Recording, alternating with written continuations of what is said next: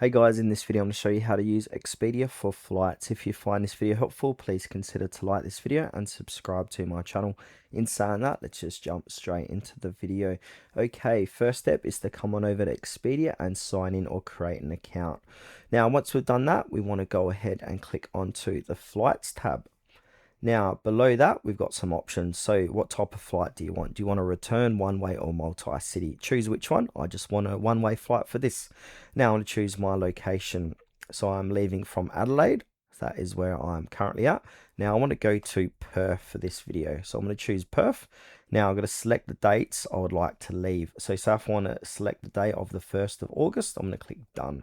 Now, travelers is just going to be myself, so one adult. If you got more, go ahead and add more.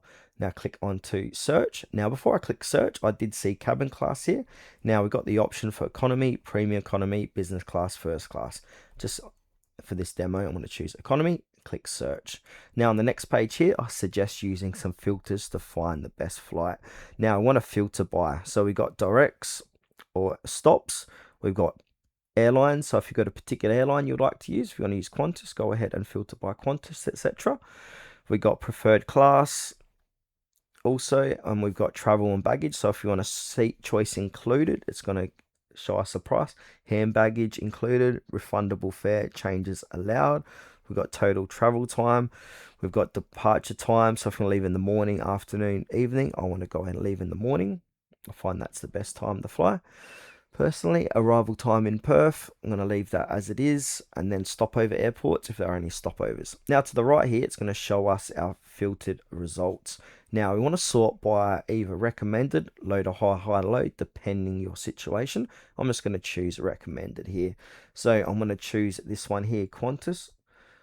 Now we've got 4 options. So we've got red, e-deal, economy, business, or flexible business. Now I just want a red e-deal.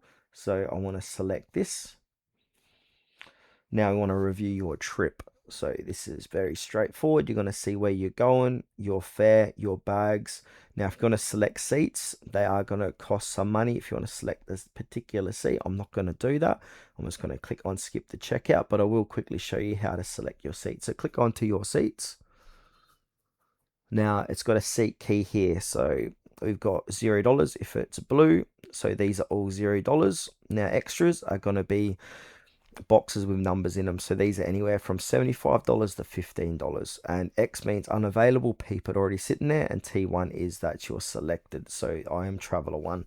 So say if I want to select this free seat, I'm going to select seat, and T1, that means I am sitting there. Click on next to checkout. Now inside of here, you want to put in your details. So your first name, last name, your phone number. If you want to protect your trip, go ahead and say yes, no, I don't want to.